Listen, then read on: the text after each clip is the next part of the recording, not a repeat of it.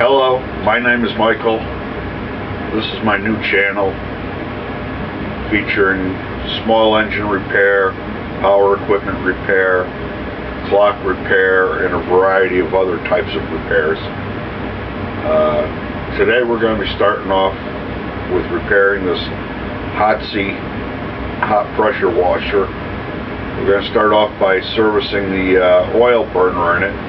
It runs on kerosene, number 2 fuel oil or diesel fuel.